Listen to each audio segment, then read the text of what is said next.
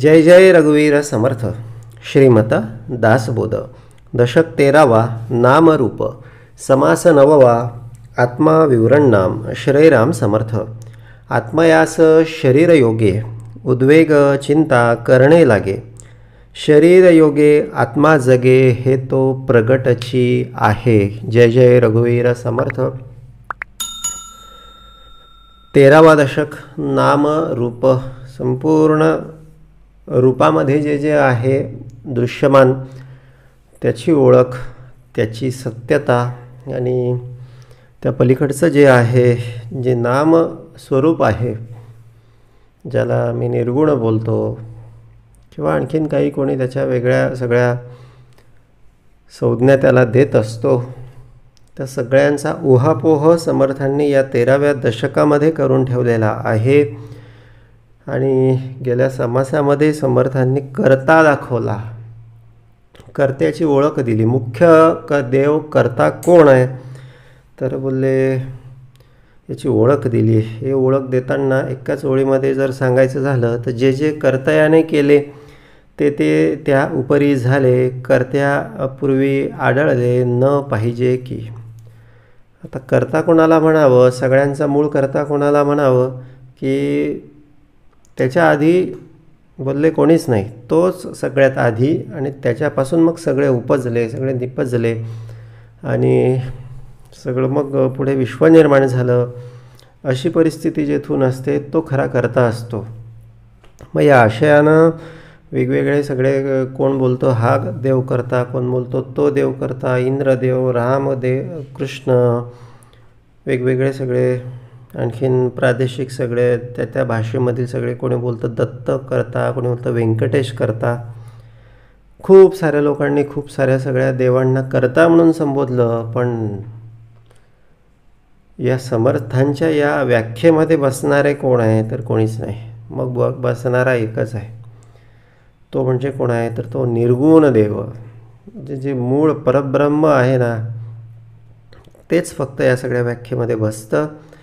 आणि म्हणून बोलले त्याच्या ठाई सर्व कर्ते पण सगळं जात असतं आणि त्याच्या ठाई सर्व सामर्थ्य असतं. सर्व देवी देवता तिथून उत्पन्न होतात आणि जातात. आत्मनिवेदन भक्ती तिथपर्यंत मनुष्याला घेऊन जाते, त्या मुख्य निर्गुणापाशी, मुख्य परब्रह्मापाशी घेऊन जाते. बाकी देवांची भक्ती सगुण भक्ती म्हणून बोलली जाते आणि सलोकता, समीपता, स्वरूपता आणि सायुज्यता यापैकी सायुज्यता सोडल्या तर या तिन्ही मुक्ती बाकीच्या सगळ्या देवी देवतांपासून मिळत असतात. पण सायुज्यता मुक्ती जी आहे तर ती एका त्या परब्रह्माच्या सगळ्या स्वरूपाशी आमचं स्वरूप सगळं एकत्र किंवा विलीन करून टाकत असते. देव पाहावयासी गेलो, देवाची होऊन ठेलो. पाण्यामध्ये साखर टाकली आणि साखर विरघळली, मीठ विरघळलं आणि मग ते वेगळं करायला गेलं तर करता येत नाही. तशी काहीशी अवस्था उपासनेच्या शेवटी देवाभक्ता अखंड भेटे.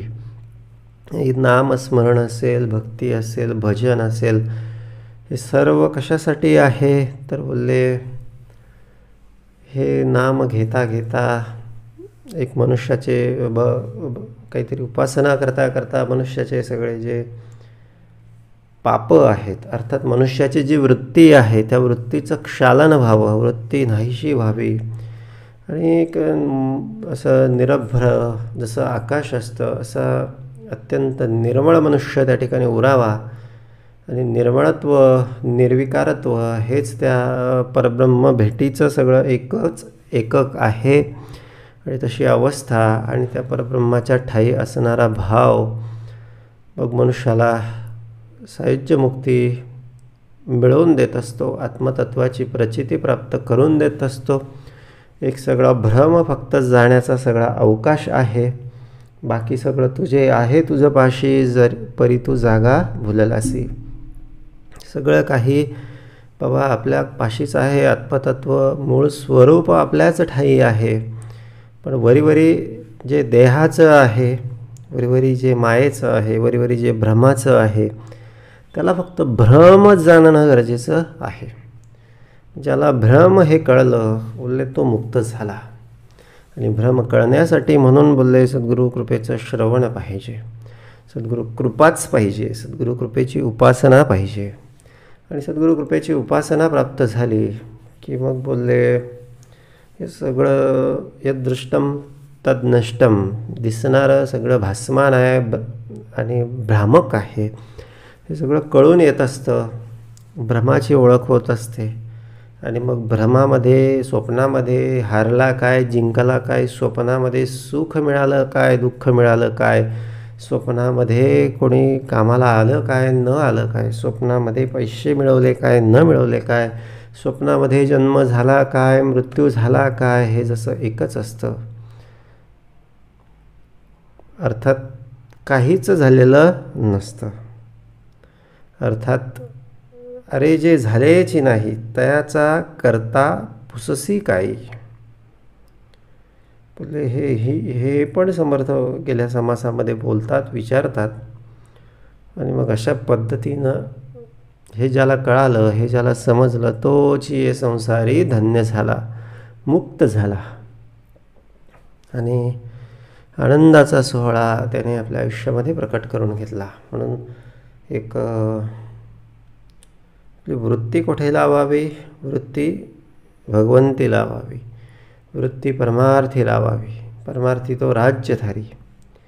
म्हणजे ज्याने आपली वृत्ती परमार्थी लाविली त्याने आपला जन्म सार्थक केला. म्हणून बोलले हे सगळं लटके लटके केले ते अवघेच लटके, तरी हे करता बोलण्याची फिके, वक्ता म्हणे रे विवेके बरे पहा. सगळं काही हे बाबा आता समर्थ कशासाठी सांगत आहेत की बाबा रे हे सगळं लटिके आहे. हे पुनरावृत्ती समर्थ आमच्या आता करून देत आहेत.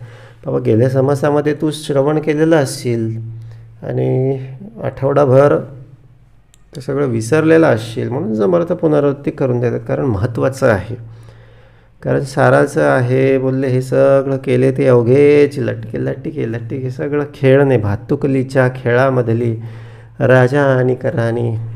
बोलले हा सगळा संसाराचा सगळा प्रकार आहे. हे बोलले ह्या सगळ्या निर्गुणाच्या सद्गुरूंच्या श्रवणातून उपासनेतून सगळं बोलले आम्हाला सगळं कळणार आहे. आणि म्हणून मग 9व्या समासामध्ये बोलले आता समर्थांनी आत्मा याचं सगळं विवरण दाखवायला घेतलं. विवरण म्हणजे काय, आत्मा कुठे कुठे वावरतो, कोणत्या कोणत्या ठिकाणी आत्मा प्रेझेंट असतो. आत्मयास शरीर योगे उद्वेग चिंता करणे लागे, शरीर योगे आत्मा जगे हे तो प्रगटची आहे. साधं सोपं सरळ अत्यंत क्लिअर आहे. आत्मयास शरीर योगे म्हणजे बाबा जे काही उद्वेग चिंता संसार प्रपंचाच्या आम्हाला आहेत ते कोणापासून कोणामुळे, आत्मयास शरीर योगे. आत्मा कोणाच्या संगात पडलेला आहे, शरीराच्या देहबुद्धीच्या. मीपणा धरून बसलेला आहे, माझं धरून बसलेला आहे. आणि म्हणून काय होतं आहे, उद्वेग चिंता करणे लागे. उद्वेग आणि चिंता त्याला कराव्याशा लागत आहे. शरीर योगे आत्मा जगे हे तो प्रगटची आहे. पण मग वस्तुस्थिती तर अशी आहे की शरीराशिवाय पण आत्मा जगू शकत नाही, किंवा शरीराशिवाय आत्मा त्याचं कार्य पण करू शकत नाही. बरोबर आहे. बोलले शरीर पण पाहिजे, आत्मा पण पाहिजे, पण आत्म्यानं त्याचं मूळ स्वरूप विसरू नये, आत्म्यानं त्याचं सत्य स्वरूप विसरू नये. बोलले कशासाठी आलो, का म्हणून आलो, हा देह कशासाठी मिळाला हे विसरू नये म्हणजे झालं. पण आत्मा हे सोयीस्कररित्या विसरतो आणि तो त्या देहाच्या संगे विषय इंद्रियांच्या सोबतीनं असा काही संसारात रममान होऊन जातो की मग त्याचं मूल तत्व किंवा त्याचं ते मूळ स्वरूपच हरवून जातं. आणि मग तिथून पुढे त्याचा हा सगळा असा प्रवास सुरू होतो. आत्मयास शरीर योगे उद्वेग चिंता करणे लागे. उद्वेग आणि चिंता, आणि मग म्हणून उद्वेग त्याच्या वाट्याला काही, कारण त्याचा सगळा इंटरेस्ट, त्याचा सगळा रस बोलले कुठे आहे, तर बोलले अर्थातच शरीरामध्ये आहे. आणि म्हणून मग शरीर म्हणजे मग तो स्वतःला शरीरच समजायला लागतो. शरीराचे नातेवाईक त्याचे नातेवाईक, शरीराच्या उपाशी संबंधित सगळे प्रसंग घटना हे सगळे त्याच्याच सगळ्या घटना. आणि मग बोले मग त्याचा परिणाम असा झाला, शरीर योगे बोले उद्वेग चिंता करणे लागे. जोपर्यंत आमची वृत्ती, आमचा विवेक किंवा आमची चेतना ही शरीरापर्यंत सीमित आहे, तोपर्यंत उद्वेग चिंता सुरूच राहणार. समर्थ म्हणाले ही आमची वृत्ती विशाल करावी आणि विवेक आमचा विशाल करावा. व्हावे ब्रह्मांडाहून जाड. ब्रह्मांडाहून जाड म्हणजे याचा अर्थ आता आम्ही तर हनुमंतासारखे असे काही विशाल काय होऊ शकत नाही. मग असं काय म्हणताय समर्थ आम्हाला, व्हावे ब्रह्मांडाहूनच जाड. बोलले आमची विवेक रचना जाड झाली पाहिजे. की बोलले आम्ही कोण, आम्ही वैकुंठवासी आलो याची कारणासी. आम्ही त्या निर्गुणा तत्वाला सगळे प्राप्त करून घेण्यासाठी म्हणून सगळेजण इथे आलो. आणि मी काय अशा चिल्लर सगळ्या गोष्टींमध्ये अडकून बसलो. व्हावे ब्रह्मांडाहून जाड. आता समजा एखादा मनुष्य बोलले त्याला प्रवास करायचा आहे, एका हायवेने तो जातो आहे आणि हायवे त्या प्रवासाच्या शेवटी त्याचं असं सुंदर असं जणू तो राजाच होणार आहे त्या सुदाम्यासारखा. तो सुदामा कसा कृष्णाला भेटून गेला आणि राजा झाला. मग बोलले पण त्या हायवेने जायचं आहे, पण अट अशी आहे की त्या हायवेच्या सगळ्या अवतीभोवती सगळे ढाबे, टपऱ्या, वेगवेगळे सगळे प्रलोभनं असे रस्त्यावरच उभे आहेत. आणि तिथे पोहोचण्याचा सीमित असा वेळ आहे. असं नाही की किती दिवस टाईमपास करूया आणि मग हे सगळं भोगून झालं, खाऊन झालं की मग जाऊया बोलले हळूहळू देवाकडे. तसं नाही आहे. लिमिटेड आयुष्य, मर्यादित आयुष्य, 50 वर्षे, 60 वर्षे, 70 वर्षे, त्याच्या पलीकडे कोणाला 10-20 इकडे तिकडे. आणि मग आता कोण 40पर्यंत भोगच भोगतो, कोण 50पर्यंत, कोणाचे 60पर्यंत सुटत नाही. आणि सुटायला लागले की लगेच आयुष्य संपून जातं. मग जिथे राजाला जाऊन भेटायचं होतं, द्वारकाधीशाला जाऊन भेटायचं, आता सुदामा जो आहे ना तो द्वारकाधीशापर्यंत समजा पोचलाच नसता. रस्त्यामध्येच कुठेतरी काहीतरी त्याला कोणीतरी भेटलं असतं म्हणा, कुठेतरी प्रलोभनं, कोणीतरी चोर त्याला समजा भेटले असते. आणि त्या चोरांनी जर मग त्याचं सगळं हरण केलं असतं, द्रव्य, शक्ती, ऊर्जा, वेळ, त्याचं सगळं चित्त, त्याची सगळी वृत्ती समजा त्या चोरांनी हरण केली असती. आता चोर तिकडे हे बाहेरचे चोर नाही, चोर हे आपले हे सगळे इंद्रिय, विषय यांना सगळे प्रलोभनं दाखवणारे, हे सगळे जे विषय आहेत ना, इंद्रियांना प्रलोभन दाखवणारे, इंद्रियांना सगळे बळी पाडणारे, टाईमपास करणारे, हे जे आहेत ना बोलले हे समजा यांच्या अधीन आम्ही झालोच नाही, तर आम्ही डायरेक्ट त्या श्रीकृष्णापर्यंत पोहोचू. तर समजा आम्हाला मुंबईवरून द्वारकेला जायला काहीतरी 24 तास दिलेले आहे. आणि बोलले मग 24 तासात गेला तर ठीक, नाही तर भेट कॅन्सल. मध्ये असं कुठेतरी स्टेशनला टाईमपास करत बसला तर 24 तासात गाडी तिथपर्यंत जाणार नाही. पण सुदामा गेला. सुदामाकडे एकच ओढ, एकच आस. बोलले काय आस होती की विठ्ठला तू हवा, नको रे तुझी माया. बस बोललं, तुझी माया नको. मग तुझ्या मायेचे सगळे हे सगळे अवडंबर नको, मायेचे सगळे नखरे नको, मायेचे सगळा दिखाऊपणा नको, मायेचे सगळे चोचले नको. फक्त तू आणि तूच हवास. आणि मग बोलले, असंही भूमिका घेऊन जो एक मार्गी चालत राहतो, एका दिशेनं सगळा चालत राहतो, त्याच्यात तो त्या अर्का दिशापर्यंत जाऊन पोहोचतो. आणि जसं मध्येच टाईमपास, बघू जायचंच आहे, करायचंच आहे, आता ह्या हॉटेलवर खाऊन घेऊ, त्या हॉटेलवर खाऊन घेऊ, इथे थांबून घेऊ, इथे आराम करू, तिथे आराम करू, हे आहे हे खाऊ, हे मस्त आहे, ते मस्त आहे. असं करता करता आयुष्य संपून जातं आणि द्वारकाधीश काही भेटत नाही. मग हेच आहे. बोलले, कशासाठी बोलले, हे याच्यासाठी आत्मा दिलेलं नाही. शरीर योगे सगळं उद्वेग चिंता करून प्राप्त करून घेण्यासाठी नाही. शरीर योगे आत्मा जगे हे तो प्रकटची आहे. तर बोलले, एक दिशेनं, एका लक्षानं, एका ध्येयानं, एका ध्यासानं प्रेरित होऊन आयुष्य जगण्यासाठी आम्ही आलेलो आहोत. रडण्यासाठी, पडण्यासाठी, अडकण्यासाठी, झुरण्यासाठी आलेलो नाही. हे पक्की खुणगाठ लक्षात ठेवायची. मग कितीही झालं, काहीही झालं तरी सगळं सारून बाजूला सारून सर्व सांडून शोधामध्ये, हे याच्या अर्थानं ही ओळ समर्थांनी दिली. सर्व सांडून शोधामजला, सर्व सांडून शोधामजला.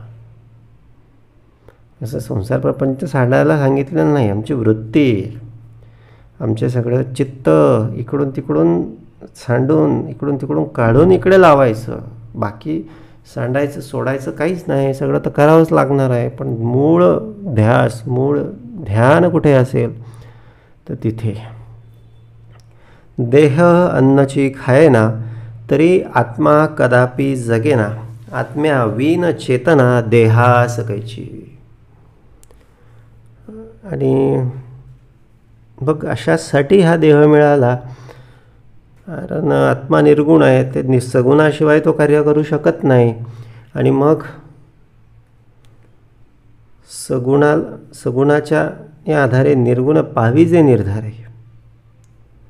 ते निर्गुणाला सगुण दिलं की बाबा रे, हे सगळं शरीराच्या योगानं ज्या काजासाठी आला, भक्तीसाठी आला, परमार्थासाठी आला, ते काम करून घे. आणि म्हणून देह अन्नची खायना. मग देहाला अन्न दिलं. म्हणाले, हे देहाला आता जसं गाडीला इंधन लागतं तसं देहाला पण अन्न लागतं. अन्न खा, व्यवस्थित अन्न खा, कार्यकारण अन्न खा. आता अन्न पण कसं दिलं? आता आपली जी शरीर रचना, आपले जे दात आहेत ते बहुतेक प्रमाणामध्ये शाकाहारी प्राण्याशी मिळते जुळते आहेत. आणि बाबा पचेल रुचेल असं कुठलंही कोणाचाही हिंसा न करणारं, कोणाचाही द्वेष मत्सर न करणारं असं अन्न सेवन कर. उत्तम सत्वगुणाचं अन्न सेवन कर. आणि बोलले, ह्या देहाचं पालनपोषण कर आणि या देहाच्या योगानं भक्ती कर. बोलले, याच्यासाठी अन्न दिलं, देहासाठी. पण लोक अन्नासाठी देह वापरायला लागले. म्हणजे भराभर अन्न, भराभर नको ते अन्न, आणि त्याच्यासाठी नको ते सगळे मार्ग मनुष्य अवलंबायला लागला. नको ते चोचले सगळे मनुष्य करायला लागला. देह अन्नची खायना, तरी आत्मा कदापि जगेना. आत्म्या विन चेतना देहास कैची. देह आणि आत्मा यांचा संबंध आहे. एकमेकाशिवाय त्यांचं होऊ शकत नाही. हे एका वेगळे एक, करू जाता निरार्थक. उभययोगे कोणी एक कार्य चाले. तर आत्मा आणि देह हे दोघं एकमेकांच्या सगळ्या सहाय्यानं कार्य करत असतात. त्यांना वेगळे करायला गेलं तरी वेगळं करता येत नाही. उभययोगे कोणी एक कार्य चाले. उभययोगे दोघांच्या संयोगानं हे सगळं कार्य चालत असतं. देहाला नाही चेतना. नुसता देह जर म्हटला मग तो आम्ही प्लास्टिकचा पण बनवला असता, लोखंडाचा पण बनवला असता, पण त्याला चेतनाच नाही तर तो काहीही कार्य करू शकत नाही. आत्म्यास पदार्थ उचलेना, नुसता आत्मा देखील बोलले काहीच करू शकत नाही, पदार्थ देखील उचलू शकत नाही. त्याच्यामुळे कोणाला इजा करण्याचा, अपाय करण्याचा काही विषयच नाही. स्वप्न भोजने भरेना पोट काही. आणि आत्मा काय करू शकतो? फक्त स्वप्नातच कृती करू शकतो. प्रत्यक्षात त्याला कृती करण्यासाठी शरीरच असायला पाहिजे. मग शरीराच्या योगानं कृती करेल, काम करेल, काहीतरी मिळवेल, जेवण करेल, तेव्हा त्याचं पोट भरेल. स्वप्नामध्ये किती तो राजमहालात फिरतो आहे आणि अशा सुंदर सुंदर अशा पक्वान्नांचा आस्वाद घेतो आहे, तर त्याला काही अर्थ नाही. आत्मा स्वप्न अवस्थेत जातो, परंतु देहामध्येही असतो. निदसुरेपणे खाजवितो चमत्कार पहा. आत्मा जो आहे ना, तो तिथेच बसून स्वप्न पण बघत असतो आणि ॲट अ टाईम तो देहाचा पण सांभाळ करत असतो. त्याचं उदाहरण काय आहे की जणू आता समजा एखादा व्यक्ती स्वप्न बघतो आहे आणि त्याच वेळेस जर त्याच्या पायाला काही चटका लागला, काही एखादा डास मच्छर त्याच्या पायावर जर येऊन बसला तर काय होणार? परंतु देहामध्येही असतो, निदसुरेपणे खाजवितो चमत्कार पहा. तर तो लगलीच हाताने ते सगळं बाजूला करणार, किंवा काही चटका वगैरे लागत असेल तर तिथून हात बाजूला करणार. म्हणून तो बोलले हे त्याचं एक वैशिष्ट्य आहे. तो ओमनी प्रेझेंट आहे, म्हणजे सर्वत्र तो त्या ठिकाणी विचरण करू शकतो. आणि फार आणखी पुढे योगी झाले, तपस्वी झाला मनुष्य, तर तो ॲट अ टाईम त्या देहामधून राहून सगळ्या विश्वामध्ये संचार करू शकतो. आता पूर्वी मोठमोठ्या साधू संतांकडे, योगी महात्म्यांकडे लोक जायचे काहीतरी आपलं दुःख घेऊन, आणि काही मग ते परत विचारायचे की हे आमच्याकडे कसं झालं, हे तसं झालं, असं झालं, कोणी केलं, काय केलं. मग तेव्हा ते ध्यान लावायचे आणि त्या ध्यानाच्या बळावर ते सगळे त्या ब्रह्मांडामधून कुठून कशामुळे हे झालं त्याचा शोध घेऊन त्यांना त्याचं कारण सांगायचे. म्हणजे हे आत्म्याचं एक वैशिष्ट्य आहे. त्याला जेवढी सिद्धता मिळाली, जेवढं त्याचं बोलले त्याला आम्ही जेवढं योगामध्ये, ध्यानामध्ये, परमार्थामध्ये लावलं बोलले, तेवढं त्याचं बळ हे सगळं वाढत जातं. अन्नरसे वाढे शरीर, शरीरप्रमाणे विचार, वृद्धपणी तदनंतर दोन्ही लहानाळती. आणि जसं आता अन्न आम्ही घेत चालतो, सेवन करत चालतो, तर काय होत चालतं? तर त्या अन्नरसे वाढे शरीर, त्या अन्नाच्या योगानं शरीराची वाढ होत जाते. आणि जसं जसं मनुष्य मोठा होत जातो तसं तसे त्याचे विचार पक्व होत जातात. तसं तसं त्याला काही गोष्टींचं काही वाटेनासं होऊन जातं. सुरुवातीला तो सगळ्यांची काळजी करतो, सगळ्यांची चिंता करतो, पण नंतर त्याला कळतं की बाबा काही कोणाचं काही कोणा वाचून राहून जात नाही. जो तो ज्याच्या त्याचं सगळं याच्यात रममान असतो, ज्याला त्याला आपली आपली पडलेली असते. प्रत्येकजण येणार आहे, जाणार आहे, जो तो ज्याचं त्याचं कार्याकारण सगळं संसार जगत असतो. तो पण जसं जसं हे त्याला परिपक्वता विचारांची येत जाते तसं तसं तो मॅच्युअर होत जातो. वृद्धपणी तदनंतर दोन्ही लहान आळती. आणखीन एक विशेष गोष्ट होते, पण हे आता मनुष्य मॅच्युअर होत जातो, पण हे कुठपर्यंत? एक तरुणपण आहे तोपर्यंत. वार्धक्य आलं, म्हातारपण आलं की मग वृद्धपणी तदनंतर दोन्ही लहानाळती. मग मन आणि त्याचं शरीर दोन्ही लहानाळती. बोलले विचार आणि त्याचं शरीर, विचार आणि त्याचे विचार पण त्याचे अगदी लहान मुलासारखे होऊन जातात. त्याला असं वाटतं कोणी मला बोललं पाहिजे, कोणी मला खायला दिलं पाहिजे, माझी चौकशी केली पाहिजे, मला विचारपूस केली पाहिजे. भले थोडंसं काही कमी पडलं की तो लगेच रडणार, थोडंसं कोणी काही त्याला दिलं की तो फार खुश होणार. हा वृद्धांचा स्वभाव बनत जातो, हे आपण लक्षात घेतलं पाहिजे. वृद्ध हे हट्टी असतात, वृद्ध हे असेच करतात, वृद्ध हे तसेच करतात. वृद्धांना आता एवढे मोठे झाले, त्यांना आता समजायला पाहिजे, त्यांनी असं करू नये असं आम्हाला वाटतं. पण हे त्यांचा दोष नाही, हा त्यांच्यातल्या या सगळ्या झालेल्या सगळ्या बदलाचा सगळा दोष आहे. पुन्हा सगळे ते लहानपण जणू काही त्यांचं सगळं येत जातं. उन्मत्त द्रव्य देह खातो, देहयोगे आत्मा भुलतो, विस्मरणे शुद्धी सांडितो सकळ काही. उन्मत्त द्रव्य सेवन केलं आणि देह भुलतो. देह का बोलतो? देहाचं सगळं ते जे मेंदू वगैरे ते सगळं काही कार्य करू शकत नाही.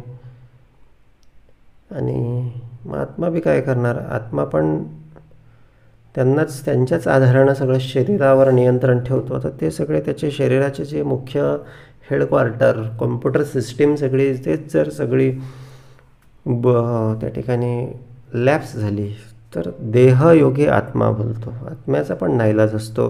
विस्मरणे शुद्धी सांडितो सकळ काही. तो पण आपली शुद्धी सांडून देतो आणि तो देह कुठे जातो, कुठे पडतो त्याचं त्याला कळत नाही. देहाने घेतले विष, आत्मा जाय सावकास, वाढणे मोडणे आत्मयास नेमस्त आहे. आणि आत्म्याने जर विष घेतलं तर आत्म्याला पण त्रास होतो. आत्मा पण मग त्या ठिकाणी हळूहळू त्या शरीराला सोडण्याचा सगळा प्रयत्न करतो. कारण शरीराला यातना होत असतात, आत्म्याला पण यातना होत असतात. आणि शरीर दम तोडलं म्हणजे मग तो आत्मा त्या ठिकाणी निघून जातो. वाढणे मोडणे आत्मयास नेमस्त आहे. वाढणे मोडणे या सगळ्या गोष्टींचा तो साक्षीदार असतो. वाढणे मोडणे जाणे येणे, सुख दुःख देहाचे निगुणे, नाना प्रकारे भोगणे आत्मयास घडे. वाढणे मोडणे जाणे येणे, सुख दुःख हे सगळं काय आहे? बोलले हे आत्मयास घडे. हे सगळ्या गोष्टी तो शरीरांच्या साथीनं सगळ्या करत असतो. वारुळ म्हणजे पोकळ, मुंग्यांचे मार्गची सकळ, तैसेची हे केवळ शरीर जाणावे. वारुळ म्हणजे पोकळ.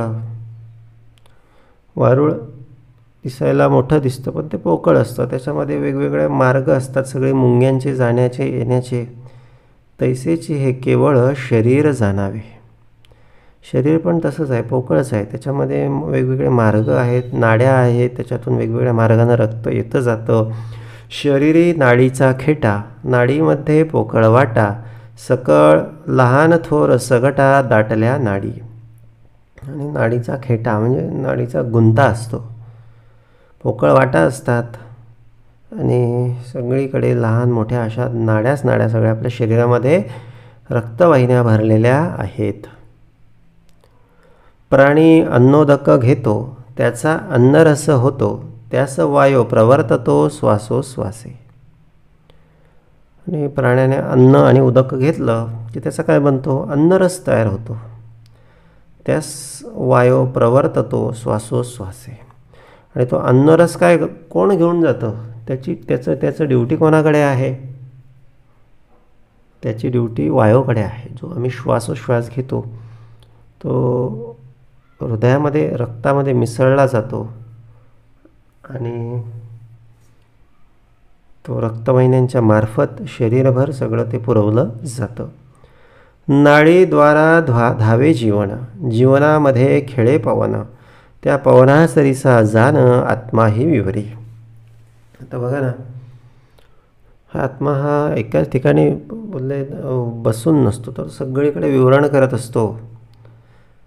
आता नाडीमध्ये जीवन पाणी असतं, 70% पाणी आहे आमच्या शरीरामध्ये. जीवन पाणी अर्थातच रक्त. आणि जीवनामध्ये खेळे पवन, त्याच्यामध्ये ऑक्सिजन असतो. आम्ही जो श्वास घेतो तो त्याच्यामध्ये मिसळलेला असतो आणि तो ऑक्सिजन मग सगळ्या शरीराभर पुरवला जातो. त्यास वायू प्रवर्ततो श्वासोश्वासे. आणि जसं हा पवन सगळीकडे फिरतो, पवना सरीसा जाण आत्माही विवरे, तसा तो आत्माही मग सगळीकडे असा आपल्या शरीरभर सगळा विवरण करत असतो. तृषेने शोकले शरीर, आत्म्यास कळे हा विचार, मग उठवून शरीर चालवी उदकाकडे. आणि तहान लागली शरीराला, आत्म्याला हे सगळं कळतं, तो शरीराला उठवतो, चालवतो आणि पाण्याकडे सगळं घेऊन जातो. हे आत्म्याचं कार्य आहे. उदक मागे शब्द बोलवी. समजा लहान मुलगा आहे, तो उठवतो, त्या आईला उठवतो, उदक मागतो मागे की आई मला पाणी दे, आणि शब्द बोलवी. बोलवलं पण त्यानेच. मार्ग पाहून शरीर चालवी. कधी कधी तर असं होतं ना, झोपेतच असतो मनुष्य, अर्ध झोपेत असतो, आणि तो केव्हा उठतो, केव्हा त्या पाण्यापाशी जातो, केव्हा त्या वॉशरूमपाशी जातो, आणि केव्हा त्याला त्या ठिकाणी पाणी पिलं, केव्हा तो परत झोपला, असं त्याला कळत नाही. पण हे सगळं आपल्याला सुधी नसते, पण हे सगळं आत्मा करून घेत असतो. मार्ग पाहून शरीर चालवे, शरीर अवघेच हालवी प्रसंगानुसार. प्रसंगानुसार सगळं काही तो ॲक्टिव्हिटीज करत असतो. क्षुधा लागते ऐसे जाणतो, मग देहाला उठवितो, आचा वाचा बोलवितो ज्यासी त्यासी. क्षुधा लागते ऐसे जाणतो. भूक लागली ते ओळखतो आणि देहाला उठवतो, आणि मग इकडे तिकडे बोलून सगळं ते जेवणाची सगळी व्यवस्था करतो. बायकात म्हणे झाले झाले. बायकांमधील आत्मा काय सांगतो पुरुषांना, पुरुषांच्या आत्म्याला, अरे झालं झालं झालं, या जेवायला, स्वयंपाक झालेला आहे, तुम्ही जेवायला बसा. देह सोवळे करून आणले. आणि मग पायात भरून चालविले तातडी तातडी. पायात भरला गेला, त्यांना आणलं, त्या बायकांना आणलं, सगळं सोवळं सगळं करायला लावलं, सगळं वाढणं बिडणं, ताटं बिटं, पात्र वगैरे सगळं बसवलं. त्याशी पात्रावरही बैसविले. पायाने आणलं, त्याला बसवलं आत्म्याने. नेत्री भरून पात्र पाहिले आणि बोलले, सगळं डोळ्यांनी भरून त्याने ते सगळं ताट बघितलं. नेत्री भरून पात्र पाहिले. हाता करवी आरंभिले आपोषण. आणि आपोषण म्हणजे पाणी फिरवलं, वदनी कवळ घेता नाम घ्या श्रीहरीचे. भगवंताचं स्मरण केलं. जो खरा भगवंताचा भक्त आहे तो अशा छोट्या छोट्या छोट्या छोट्या गोष्टींमधून भगवंताला आठवून घेतो. संधी सोडायची नाही. एक पक्की खून लक्षात ठेवायची.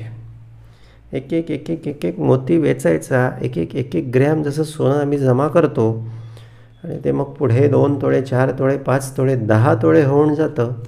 तर 10 तोळे कसं झालं, कधी 1 ग्रॅम घेतलं, कधी 4 ग्रॅम, कधी 2 ग्रॅम. घडीने घडी काळ सार्थक करावा. घडीने घडी सार्थकाची करावी. आणि सदा संगती सज्जनाची. कुठला सज्जन, की तो एकच सज्जन, त्याला हृदयामध्ये धरून ठेवावं, त्याच्याच अखंड संगतीमध्ये राहावं. बाहेरची संगत तर बग बग बग बग बग बग करते, काहीतरी पक पक पक पक करून आमच्या कानामध्ये काहीतरी भरून देते. पुन्हा आमची वृत्ती सगळी सैरभैर होऊन जाते. मग पुन्हा आम्ही सगळं ते ठिकाणावर यायला आम्हाला 2-4-8 दिवस लागतात. ते आले 2-4-8 दिवसांनी आम्ही पुन्हा आणखी कुठेतरी वेगळ्या संगतीत घुसतो, काहीतरी ऐकतो. मग तसं मन, तसे विचार, तशी कृती होऊन जाते. म्हणून सदा संगती सज्जनाची धरावी. एकच संगती धरावी, सज्जनाची धरावी, आतमध्ये धरावी, परमेश्वराची धरावी. नाहीतर खुशाल असं गच्चीवर जाऊन मस्तपैकी मोबाईल खाली ठेवून, हे महत्त्वाचं आहे, मोबाईल खाली ठेवून वेळ असेल तेव्हा बरं का. आणि हा ज्याला वेळ आहे त्याच्यासाठीचा विषय आहे. तर गृहिणी असेल तिला कसं जमेल, मग तिने हे सगळं त्या सगळ्या स्वयंपाक करता करता, घरकाम करता करता काहीतरी यथानुशक्त्या त्या सगळ्या ईश्वराला, आपल्या आवडत्या सगळ्या अधिष्ठात्या देवतेला आठवलं पाहिजे. ज्याला वेळ आहे, तर उदाहरण दुपारची वेळ आहे, कोणी असू द्या, गृहिणी असेल किंवा मनुष्य, वेळ आहे, शांत आहे, कोणीच नाही घरी, मग अशा वेळेस आपण सगळं हे मोबाईल, टी व्ही वगैरे सगळं बंद करून कुठेतरी असं मोबाईल यांच्यापासून थोडंसं लांबच राहायचं. कारण ते कधी दिसतील आणि कधी माणसाचा हात जाईल आणि कधी ते सगळं चालू होऊन जाईल याचा काही भरोसा नाही. मग मस्तपैकी छानपैकी बोलले,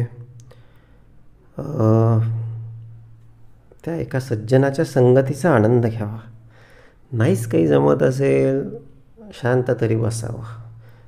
त्याच्यात सुख आहे, त्याच्यात आनंद आहे, त्याच्यातून मनुष्याकडे ऊर्जा भरली जाते. ध्यानातून, नामस्मरणातून, नाही तर नाही, श्वासावर आपलं लक्ष केंद्रित करायचं आणि कुठेतरी आपले विचार स्थिर होतात, नवीन नवीन कल्पना आपल्याला स्फुरतात, आपलं मूळ स्वरूप त्या ठिकाणी प्रकटतं. गढूळ पाणी शांत झाल्यानंतर काय होतं, तेच मनुष्य असं शांत निवांत बसला ना, तेच होतं. शक्यतोवर असं मोकळ्या जागेत बसलं ना, तेवढं छान हे सगळं कार्य होतं. हवेशीर उजेडामध्ये आणि असं गच्चीवर वगैरे असं कुठेतरी फार अशा ठिकाणी फार सुंदर नामस्मरण होतं, भक्ती घडते. आणि या सगळ्या चार भिंतीमध्ये ना, मनाला, विषयांना असं वेगवेगळ्या वस्तू दिसतात, वेगवेगळ्या व्यक्ती आठवतात, वेगवेगळे प्रसंग, त्या सगळ्या किंवा एखाद्या जागेची एखादी कृती करण्याची आम्हाला सवय झालेली असते. एखाद्या रूममध्ये गेलं की झोपायची सवय असते, बेडरूममध्ये, तिथे गेलं की झोपच लागणार. एखाद्या ठिकाणी बोलले टी व्हीचाच भाग एरिया असतो, तिथे किती टी व्ही बंद केला तरी 5, 10, 15 मिनिटांना मनुष्य टी व्हीच चालू करणार. किचनमध्ये जास्त वेळ थांबला तर काहीतरी खायचं तरी करणार किंवा खायचं तरी सुचणार. करायचं म्हणा किंवा खायचं म्हणा, काहीतरी तेच विचार माणसाकडे येणार.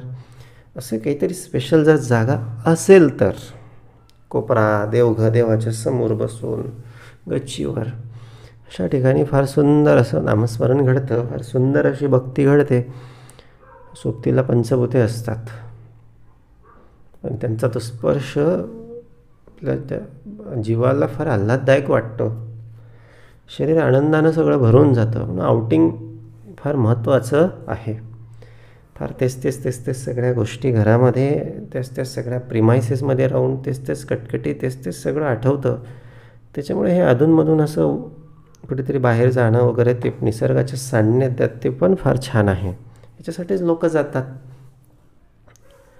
आणि म्हणून बोलले, संग कोणाचा अशा ठिकाणी छान का वाटतं, कारण आमचा संग त्या ठिकाणी निर्गुणाशी होतो, की जिथे कुठलाच गुण नाही, कुठलाच विषय नाही, कुठलंच चिंतन नाही, कुठलाच लोभ नाही, कुठलाच विषय वासना नाही. छान निर्गुणाचा संग धरिला जो आवडी, तेने केले देशोधडी माय बाप. असं शांत अशा ठिकाणी ते निर्गुणाचं सगळं काहीच न करणे म्हणजेच निर्गुणाचं चिंतन आहे. अशा ठिकाणी मग नामस्मरण करावं, नाही तर त्याचा फक्त भाव करावा, त्या मुख्य ईश्वराचा भाव करून अगदी अलगद शांत बसावं. निर्गुणाचा संघ हाच निर्गुणाचा संघ आहे. काहीच नसणे म्हणजे निर्गुण आहे. कुठल्याच गुणांचा सहवास नसणे, हेच डोकं शांत, मन शांत, विचार शांत, आनंद आल्हाद भरणं सगळं याच्यामुळे आपल्या शरीरामध्ये सगळं होतं. आणि म्हणून हे जसं जमेल तसं आपण निश्चितपणे हे सगळं केलं पाहिजे. हाता करवी ग्रास उचलवी, मुखी जाऊन मुख पसरवी, दाता करवी चाववी नेटे नेटे. हाताचं, मुखाचं, दातांचं जे काय कार्य आहे ना, त्या सगळ्यांमध्ये त्या आत्मारामाचं सामर्थ्य आहे, त्याचीच चेतना आहे. आपण जिव्हेमध्ये खेळे आणि जिव्हेमध्ये पण खेळतो, पाहतो परिमळ सोहळे, सुगंध घेतो आणि स्वादाचा आनंद घेतो. केस काडी खडा कळे तत्काळ थुंके. कुठेही असं काहीतरी एखादी ज्याची डायमीटर आहे असा जरी खडा असला तरी तो बरोबर त्याला जाणवतो आणि तो तत्काळ थुंकी. आळणी कळता मीठ मागे, मीठ कमी आहे, मीठ द्या अशी पण मागणी लगेच करतो. बायलेसी म्हणे आगे कागे, मीठ कमी पडलं म्हणून तुला कळत नाही का? स्वयंपाक करताना तू काळजी घेत नाहीस म्हणून लगेच बाईला आगे कागे करायला तो मागे पुढे बघत नाही. डोळे तावून पाहू लागे, डोळे ताणून बघायला लागतो. रागे रागे, आता हे जरी शरीर करताना दिसत असलं तरी ह्या सगळ्यांच्या ठाई सामर्थ्य चेतना त्या आत्मरामाचीच आहे. म्हणजे एका अर्थानं तोच हे सगळं करतो आहे. गोडी लागताच आनंदे, आणि गोड लागलं की मग बोलले, आनंद पण तेवढाच होतो. गोड नसता परम खेदे, आवडलं नाही की मग खेद वाटतो. वाकडी गोष्टी अंतरी भेदे आत्मयासी, आणि मग आणखी कोणी वाकडं बोललं ते पण त्याला लगेच लागतं. नाना अन्नाची गोडी, नाना रसे स्वाद निवडी, तिखट लागता मस्तक झाडी आणि खोके. तिखट लागल्यावर मस्तक झाडणं, खोकलणं आणि वेगवेगळे रस अन्न निवडणं हे पण त्याचंच कार्य आहे. मिरपुडी घातली फार, कैसे करते खापर, जिव्हे करवी कठीणोत्तर बोलवी रागे. आणि तिखट फार केलं, कशाला असं करतेस, आणि कठीण कठीण शब्द बोलणं हे पण सगळं तोच करतो. आज्य उदंड जेविला, आज्य म्हणजे काय? तूप. सवेच तांब्या उचलिला, घळाघळा घेऊ लागला सावकाश. पोटभर जेवणं, पाणी पिणं हे सगळ्या गोष्टी त्याच्यामध्ये आल्या. देही सुख दुःख भोगता, तो एक आत्माची पाहता, आत्म्याविना देह वृथा मढे होय. म्हणजे याचा अर्थ जे काय सुख आणि दुःख भोगलं ते कोणी भोगलं? ते आत्म्यानेच भोगलं. कारण बोलले आत्म्याविन देह वृथा, आत्म्याशिवाय देह वृथा आहे, त्याला काही अर्थ नाही. मढे होय, त्याचं मढं होऊन जातं, मढ्याला काहीच लागत नाही. मनाच्या अनंत वृत्ती, जाणणे तेची आत्मस्थिती, त्रैलोक्य जितुक्या व्यक्ती तदांतरी आत्मा. तर हे फार सुंदर आहे, हे फार महत्त्वाचं आहे. अशा पद्धतीनं जे आतापर्यंत दाखवलं अशा कितीतरी वृत्ती ह्या मनाच्या असतात, आणि जाणणे बोलले हेच आत्मस्थिती. हे मन असंच करतं. मनाला चांगलंच पाहिजे असतं, ते मिळाल्यावर आणखी दुसरं काहीतरी पाहिजे असतं, आणि थोडंसं कमी पडलं की लगेच रागावणं, थोडंसं चांगलं मिळालं की लगेच खुश होणं.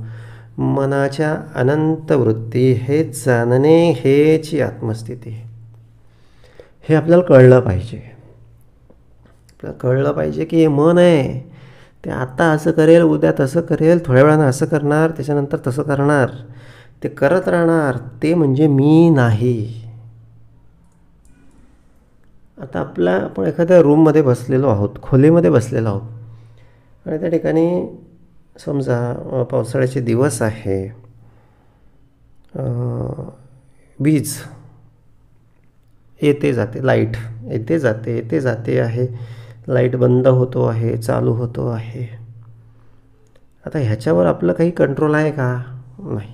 बंद होते जाते म्हणून मग आपण राग संताप करणं, आली म्हणजे एकदम आनंद व्यक्त करणं. तर व्यवहारात लाईट आल्यानंतर तर आनंदच होणार, तो विषय नाही. पण येते जाते लगेच मनाची वृत्ती बदलते, आणि आपण लगेच टेन्शनमध्ये यायचं, लगेच खुश व्हायचं, लगेच असं घडी म्हणे एक सेकंदाला हे सगळं होतं आहे. हे असं शहाणा व्यक्ती करेल का? नाही. कारण त्याला माहिती आहे माझं नाही, हे विजेचं कार्य आहे, इलेक्ट्रिसिटीचं कार्य आहे. मनाला असं समजून घ्यायचं की जणू काही ही अशी भ्रमरूपी इलेक्ट्रिसिटी आहे. त्याच्याकडे आता काही, उद्या काही, परवा काही, आता असं तसं, नंतर तसं, असं हे सगळ्या गोष्टी होत असतात. त्याच्यामुळे त्याचं काही मनावर घेऊ नये. होईल बरोबर, तो वायर इलेक्ट्रिशियन लाईनमन जाईल तिकडे, ते सगळं फॉल्ट वगैरे क्लिअर होईल आणि वीज येईल. लक्ष दिलं काय, न दिलं काय, ते येणारच आहे, ते होणारच आहे. अशा मनाच्या वृत्तींकडे लक्ष दिलं काय, न दिलं काय, आयुष्य चालणारच आहे का. म्हणून त्याच्या प्रत्येक सगळ्या भूमिकेकडे आम्ही लक्ष दिलं पाहिजे. आम्ही आमच्याकडे कामाकडे लक्ष देऊया ना. आम्ही आमच्या मुख्य आयुष्याच्या सगळ्या हेतूकडे, सार्थकतेकडे लक्ष देऊया की नको. म्हणजे असं जर दिलं तर बोलले निश्चितपणे आमचं एक आत्मस्थिती आम्हाला टिकवायला किंवा एक समाधानानं जगायला, सुखानं जगायला त्या ठिकाणी काहीच कमी पडणार नाही. म्हणून मनाच्या अनंत वृत्ती जाणणे तेची आत्मस्थिती, त्रैलोकी जितुक्या व्यक्ती तदंतरी आत्मा. जगामध्ये जगदात्मा, विश्वामध्ये विश्वात्मा, सर्व चालवी सर्वात्मा नाना रूपे. अशा पद्धतीनं जेवढ्या व्यक्ती आहेत तेवढ्या सगळ्या त्या ठिकाणी आत्मस्थिती आहे, तेवढी व्यक्ती आहेत. जगामध्ये जगदात्मा, जगामध्ये पण तो जगदात्म्याच्या रूपानं भरलेला आहे, विश्वामध्ये विश्वात्म्याच्या रूपानं भरलेला आहे. सर्व चालवी सर्वात्मा नाना रूपे, सर्वांमध्ये रूप धारण करून तो राहिलेला आहे. हुंगे चाखे ऐके देखे, मृद कठीण ओळखे, शीत उष्ण ठाऊके तत्काळ होय. म्हणून हुंगणं, चाखणं, ऐकणं, देखणं सगळं काही आत्म्याचं कार्य आहे. सावधपणे लाघवी, आता ओळखी करायची असली, कोणी अनोळखी व्यक्ती असला की हळू सावधपणे त्याच्याशी सगळी ओळखी करणार आणि बहुत करी उठा ठेवी. आणि सावधपणे सगळ्या गोष्टी करणार, उठाठेवी करणार. या धूर्ताच्या उगवी धूर्तची करी. वायो सरिसा परिमळ येतो, परी तो परिमळ वितळून जातो. वायो धुळी घेऊन येतो, परी तेही जाय. शीत उष्ण वायो सरिसे, सुवासे अथवा कुवासे, असी जे परी सावकासे तगणे न घडे. वायो सरिसे रोग येती, वायो सरिसी भूते धावती. धूर आणि धुकटे येती वायोसवे. वायोसवे काहीच जगेना, आत्म्यासवे वायो तगेना. आत्म्याची चपळता जाना अधिक आहे. वायो कठीणास आडतो, आत्मा कठीण भेदून जातो. कठीण पाहो तरी तो छेदे चिना. वायो झळझळा वाजे, आत्मा काहीच न वाचे. मोनेची अंतरी समजे विवरवण पाहता. शरीरास बरे केले ते आत्म्यास पावले, शरीर योग्य झाले समाधान. आता या ठिकाणी वायोची आणि आत्मयाची तुलना केलेली आहे. आता वायूचं कार्य बघा ना, शीत, थंडी, गरमी, येणं जाणं, रोग, धूळ, धुकटे हे वायूपासून होतात. याच्यामुळे वायूची चपळता किंवा वायूचं कार्य सिद्ध होतं. पण आत्मा त्याच्या पुढचा आहे. बोलले वायू कठीण सगळ्या भिंतीला किंवा एखाद्या दगडाला, कठीण कुठल्याही वस्तूला अडून जातो. पण वायू आत्मा कठीण भेदून जातो. आत्म्याला पकडण्याचा, आत्म्याला पाहण्याचा प्रयत्न केला गेला, पण आत्मा काही त्याच्यामध्ये अडकलेला नाही. तडा गेला, काचेच्या सगळ्या त्या पेटीला तडा जाऊन तो सगळा निघून गेलेला होता. म्हणून आत्म्याला बोलले कोणीच अडवू शकत नाही. म्हणून तो ते वायू तत्वाच्याही पलीकडचा आहे. आता हे जे 5 तत्व आहेत, पृथ्वी, आप, तेज, वायू, आकाश, प्रत्येकाचं काहीतरी गुणधर्म आहे. ह्यातल्या सगळ्यात जास्त मुव्हेबल कोण आहे तर वायू आहे. क्षणात इथे क्षणात तिथे. पण याच्यापेक्षाही जास्त मुव्हेबल, याच्यापेक्षाही जास्त चपळ चंचळ कोण असेल तर तो कोण आहे? आत्मा आहे. म्हणून मध्ये आत्मा वाचतो, आत्मा वाजत नाही, वायू वाजत राहतो. वायूचा आवाज येतो, आत्म्याचा आवाज येत नाही. आणि शरीराला जे जे केलं ते आत्म्याला पावतं. शरीर योगी झाले समाधान, आणि शरीराच्या योगानं समाधान होतं. देहा वेगळे उपाय नाना, करिता आत्मयास पावेना, समाधान पावे वासना देहाचे. म्हणून देहा वेगळे जे उपाय आहेत ना, करिता आत्मयास पावेना. ते देहाचे उपाय जे आहेत, करिता आत्मयास पावेना, समाधान पावे वासना देहाचे. देहाच्याच योगानं सगळं करता येतात. देह आत्मयाचे कौतुक पाहो जाता हे अनेक. म्हणजे देहाशिवाय आत्मा नाही, आत्म्याशिवाय देह नाही. देहा वेगळे आडणूक आत्मयास होय. देह नसेल तर आत्मा अडतो. एक असता उदंड घडे, वेगळे पाहता काहीच न घडे. विवेके त्रैलोकी पवाडे, देहात्मयोगे. अशा पद्धतीने हा सगळा देहात्मयोग या सगळ्या समासामध्ये दाखवलेला आहे. देह आणि आत्मा, देह आणि आत्मा यांच्यातलं रिलेशन सगळं दाखवलेलं आहे. आणि बोलले आत्मा देहामध्येच विवरण करतो, देहाच्याच योगानं सगळं कार्य करतो. आणि या सगळ्या मनाच्या वृत्ती ज्या आहेत त्याच्यामागे मनाच्या अनंत वृत्ती जाणणे हेच आत्मस्थिती. हे जाणून, मनाच्या वृत्ती जाणून त्यामागे न भरकटता आपणास हवे ती योग्य क्रिया करणे, या नाव आत्मस्थिती, या नाव विवेक, या नाव भक्ती. म्हणजे मनाच्या अनंत वृत्ती जाणणे त्याची आत्मस्थिती. आत्मा शरीरामध्ये राहून सगळं काही करून घेतो, म्हणून काय त्याला मन सांगेल तसं करायला लावायचं का, हा एक प्रश्न आहे. मनाला बाजूला ठेवायचं. शरीराचा योग आहे. शरीराशिवाय शरीर आणि देहात्म योग आहे. शरीर आणि आत्मा वेगवेगळे कार्य करू शकत नाही.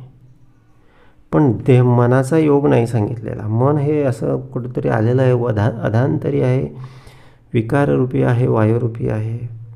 त्याच्याच योगानं बोलले चाललं पाहिजे असं काहीच नाही. त्याला थोडंसं अलिप्त ठेवावं, त्याच्याकडे फारसं लक्ष देऊ नये. मनाच्या अनंत वृत्ती जाणणे त्याची आत्मस्थिती. हे एवढं जरी लक्षात घेतलं ना, एवढं जरी कळून घेतलं ना, तरी बोलले हे समास आपलं समजण्याचं सार्थक आपलं सगळं होणार आहे. अशा पद्धतीनं एक असता उदंड घडे. दोघं एक असले तेव्हा उदंड सगळं काही घडतं. वेगळे पाहता काहीच न घडे. वेगळं केलं तर काहीच होऊ शकत नाही. विवेकी त्रैलोकी पवाडे, देहात्मयोगे. आणि मग हे पण फार महत्त्वाचं आहे. विवेकाच्या योगानं, ध्यानाच्या योगानं, भक्तीच्या योगानं, देहाच्या योगानं आत्म्यानं काय केलं पाहिजे, त्रैलोकी पवाडे. पवाडे म्हणजे काय हो, ठाव घेतला पाहिजे. मी कोण, आपण कोण, देव कोण. त्यालाच ध्यान, त्यालाच भक्ती, त्यालाच भजन, त्यालाच सगळं जे काय असं आमचं भक्तिकर्म आहे ते त्याच्यासाठीच आहे. हा ठाव घेण्यासाठीच आहे. एक देवाचा, ईश्वराचा, सगळ्या चैतन्याचा ठाव घ्यावा देहाच्या हिशेबानं. देहाला मनाच्या मागे जाऊ देऊ नये. देहाच्या मदतीनं हे करावं. काय करावं, विवेके त्रैलोकी पवाडे. हे सांगण्यासाठी हा समास आहे. एक असता उदंड घडे, वेगळे पाहता काहीच न घडे. विवेके त्रैलोकी पवाडे, देहात्मयोगे. इति श्रीदासबोधे गुरुशिष्य संवादे आत्माविवरणां समास नववा. जय जय रघुवीर समर्थ.